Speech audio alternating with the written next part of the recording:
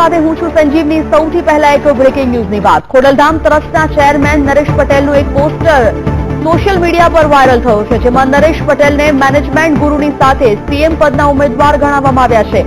Viral થયેલા વિડીયોને જોતા લાગે છે કે નરેશ પટેલને સીએમ બનવાના ખૂબ અભરખા જાગ્યા છે। ત્યારે અનેક આ મામલે સવાલો પણ ઉભા થઈ રહ્યા છે। આ પોસ્ટર કોણે બનાવ્યું અને કોણે વાયરલ કર્યું? શું નરેશ પટેલે સમાજમાં પોતાનું કદ વધારવાનો પ્રયાસ કર્યો છે? શું નરેશ પટેલ પાટીદારોના સહારે રાજનીતિમાં સક્રિય થવા માંગે છે? શું તેઓ ખરેખર સીએમ બનવા માંગે છે કે પછી પોસ્ટર થકી કોઈ બીજી યોજના છે? આ તમામ સવાલો વાયરલ થયેલા પોસ્ટર બાદ ઉભા થઈ રહ્યા છે। તો ખોડલધામ ટ્રસ્ટના ચેરમેન નરેશ પટેલના પોસ્ટર વાયરલ થતા ફરી એકવાર ચર્ચામાં આવ્યા છે નરેશ પટેલ। પોસ્ટરમાં નરેશ પટેલને સીએમ પદના ઉમેદવાર તરીકે દર્શાવાયા છે અને આ પોસ્ટર બાદ અનેક સવાલો ઉભા થઈ રહ્યા છે।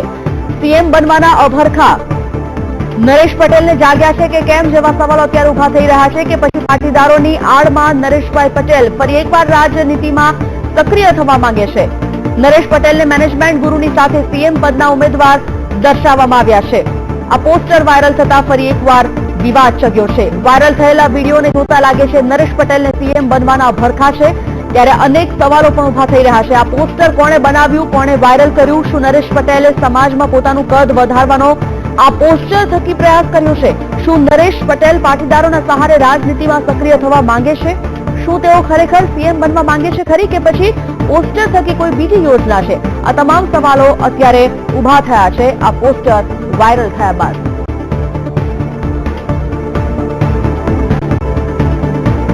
તો સોશિયલ મીડિયા પર વાયરલ થયેલ પોસ્ટર બાદ નરેશ પટેલ ફરી એકવાર ચર્ચામાં આવ્યા છે। ખોડલધામ ટ્રસ્ટના ચેરમેન નરેશ પટેલના પોસ્ટર વાયરલ થયા છે અને વાયરલ થયા બાદ શું ખરેખર નરેશ પટેલ રાજનીતિમાં રસ દાખવે છે કે કેમ તેવા સવાલ અત્યારે ચર્ચામાં જાગ્યા છે।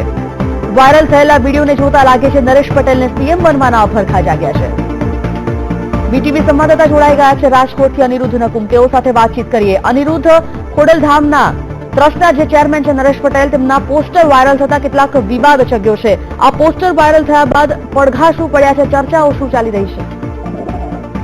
જો ખાસ કરીને સંજીવની વાત કરવામાં આવે તો નરેશ પટેલ સાથે આપણે જે વાત કરી, નરેશ પટેલે આ વાતને એક રજૂ આપ્યો છે કે આવા કોઈ પોસ્ટરો અમે કોઈ લગાવ્યા નથી।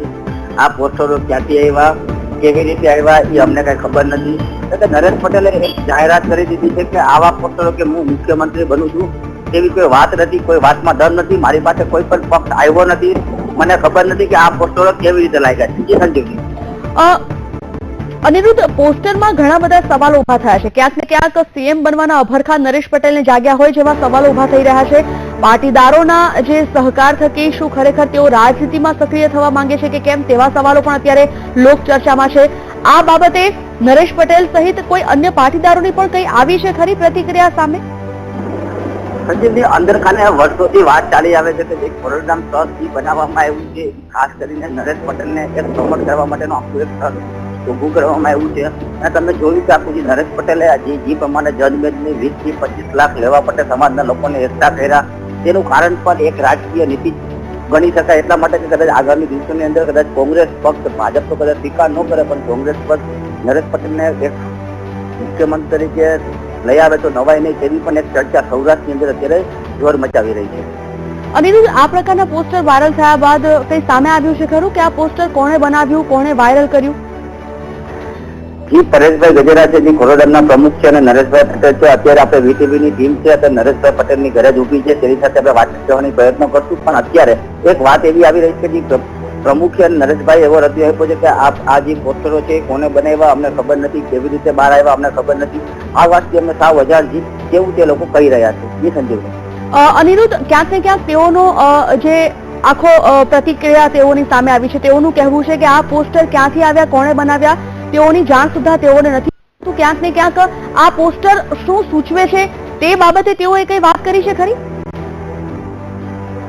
આ બાબતે મૌન છે। વીટીવીની ટીમ સતત પ્રયત્નશીલ છે। અત્યારે નરેશ પટેલની ઘરે છે, આપણે વીટીવીની ટીમ બહાર કરી છે અને આપણે નરેશ પટેલ આવે તેની રાહ જોઈ રહ્યા છે કે તે આ વિશે શું બોલી રહ્યા છે। પણ અત્યારે જે રાજકીય માહોલ છે તે ગરમાઈ ગયો છે। ખાસ કરીને જે ભાજપના લોકો છે તેઓના પણ ફોન આવ્યા, તે લોકો પણ કહી રહ્યા છે કે નરેશ પટેલને 100% રાજકારણમાં આવું છું અને નરેશ પટેલ એટલે કે તે પહેલેથી એક કોંગ્રેસના માણસ છે, એટલે કે આગામી દિવસોની અંદર કોંગ્રેસ દ્વારા નરેશ પટેલને મુખ્યમંત્રી તરીકે ગુજરાતની અંદર પ્રમોટ કરવામાં આવે તેના માટે જ આખું જે ખોડલધામ ટ્રસ્ટનું જે આખું જે માહોલ છે એ ઉભો કરવામાં આવ્યો હતો અને જેને લઈને એક આખો માહોલ અત્યારે સમીકરણો બદલાઈ રહ્યા છે.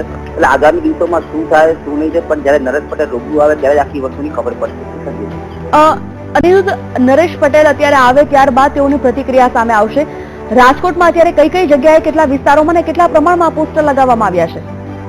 જેટલા પણ પટેલ વિસ્તારો છે ત્યાં આવા નાના નાના પોસ્ટરો એક મારવામાં આવ્યા છે કે જ્યાં નરેશ પટેલને આગામી મુખ્યમંત્રી નરેશ પટેલ હશે.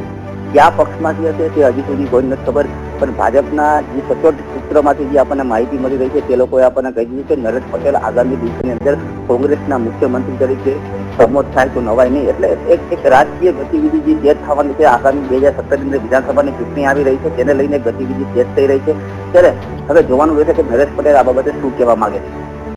આભાર અનિરુદ્ધ.